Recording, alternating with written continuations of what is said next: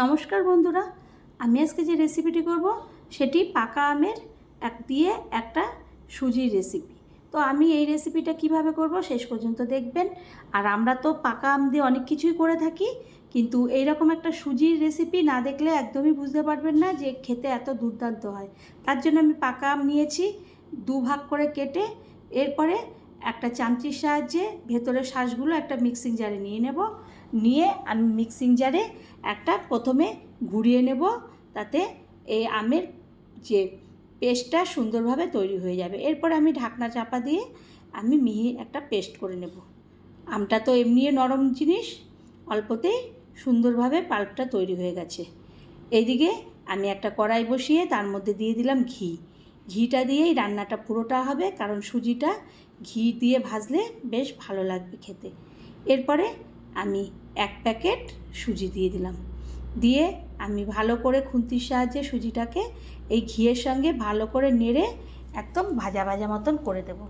যতক্ষণ না এরকমভাবে ভাজা ভাজা না হয় ততক্ষণ পর্যন্ত আমি নাড়তে থাকবো। তা আমরা এইরকম একটা রেসিপি যদি বন্ধুরা একবার হলেও করতে পারেন, দেখবেন এ ছোট বড় সকলে খুব ভালো খাবে।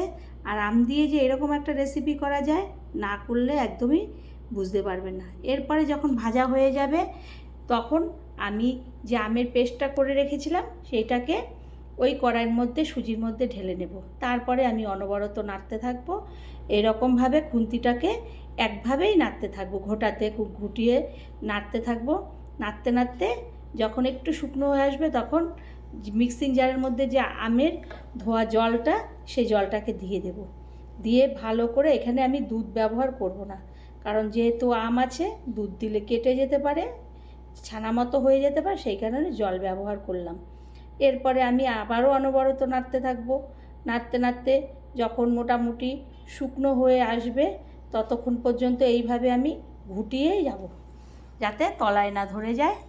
তারপরে ওর মধ্যে আমি দিয়ে দেবো 1 বাটি চিনিটাকে দিয়ে আমি আবারও ভালো করে এইভাবে নাড়তে থাকবো। নাড়তে নাড়তে শুকনো করতে থাকবো, যাতে জল জল ভাবটা না থাকে। তো এই সুজি করলে আপনি রুটি পরোটা যে কোনো কিছু দিয়েই খেতে পারবেন।